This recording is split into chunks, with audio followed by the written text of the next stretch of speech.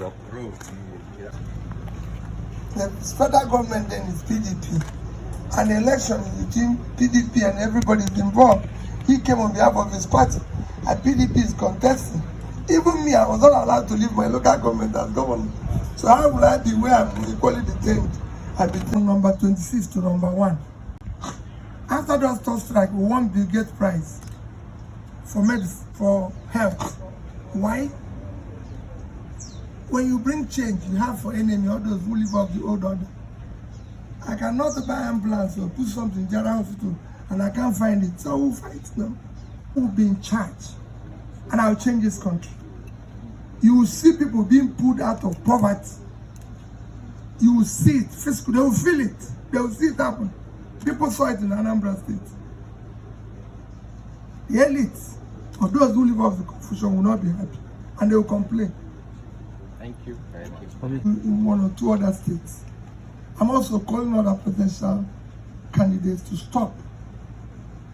Let's see what we can do. If we can buy our funds for millions of naira, we should have some little things to go now that people are suffering and say, at least show sympathy with them, and then we can continue. And we must join hands together to salvage it. A situation where a country is on life support, as we can see, everything is in disarray.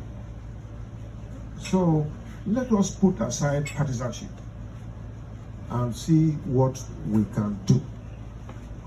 I want to repeat again, I said it before.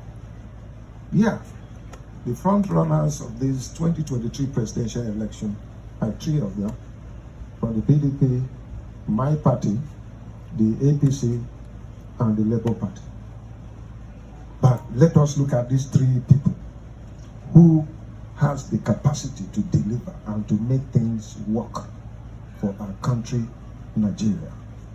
Let us look at, let us be factual, let us be frank with ourselves, because we are toying with our future.